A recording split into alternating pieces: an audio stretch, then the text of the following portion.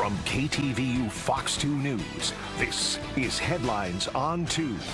Good morning. Welcome to Headlines on 2. I'm Pam Cook. President Biden hosts Israeli Prime Minister Benjamin Netanyahu at the White House today.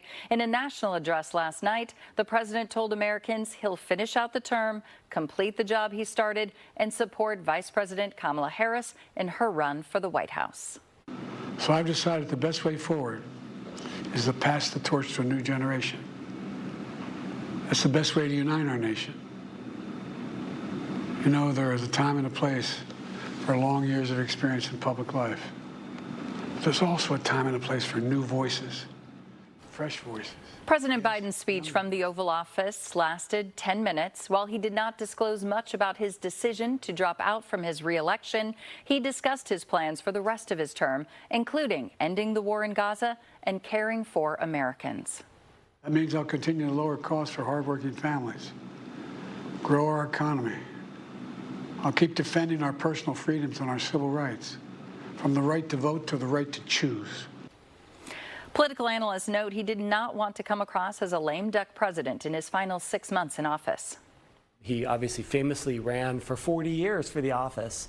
He attains the office, and to voluntarily not seek re-election, I think, it was incredibly difficult for him to do. And so, I think this was a legacy burnishing speech for him. I think this is one that folks will study for years to come.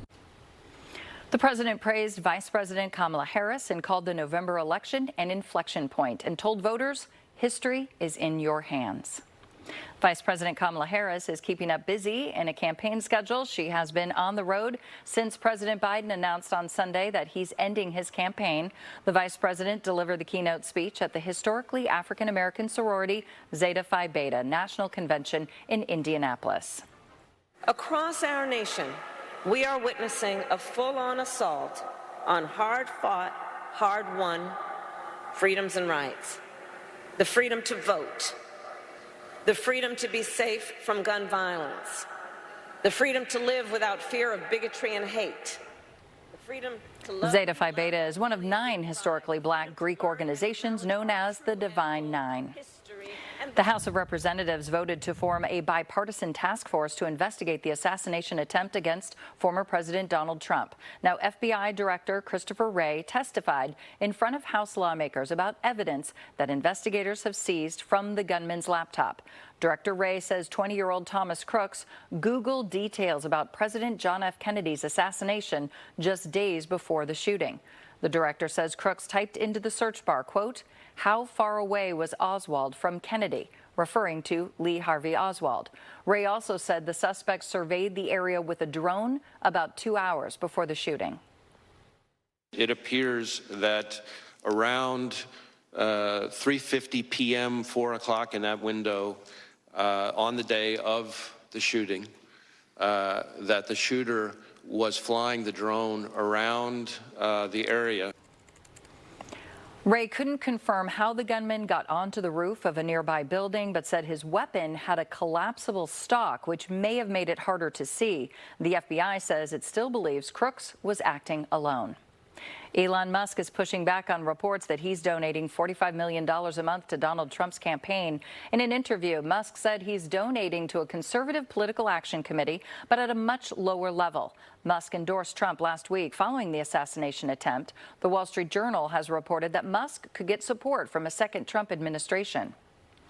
A student athlete is still recovering this morning after another player stomped on his head during a basketball game in the East Bay. The athlete's family is now demanding action and hoping to prevent incidents like this in the future.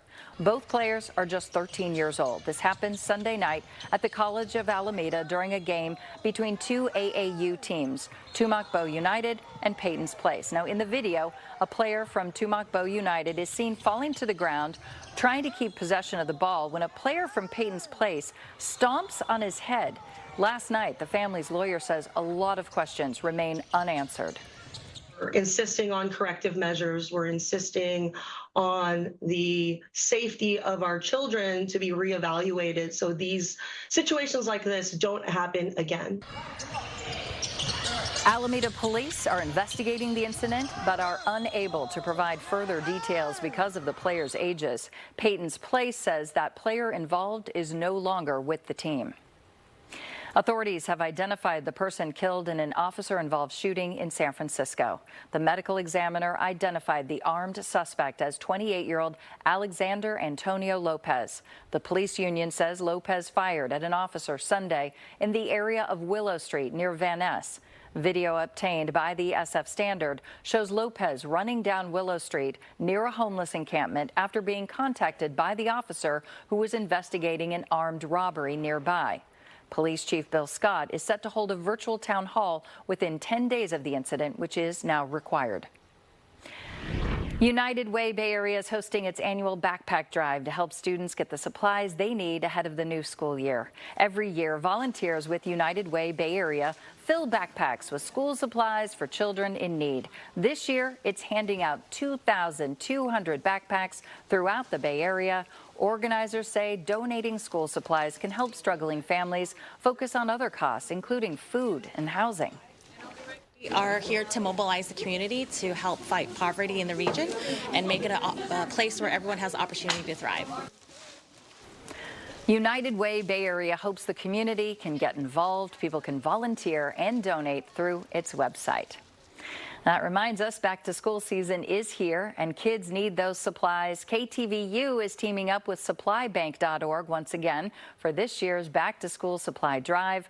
You have the power to support Bay Area students and families with the tools they need for a successful year. Please use that QR code on your screen to learn how you can help.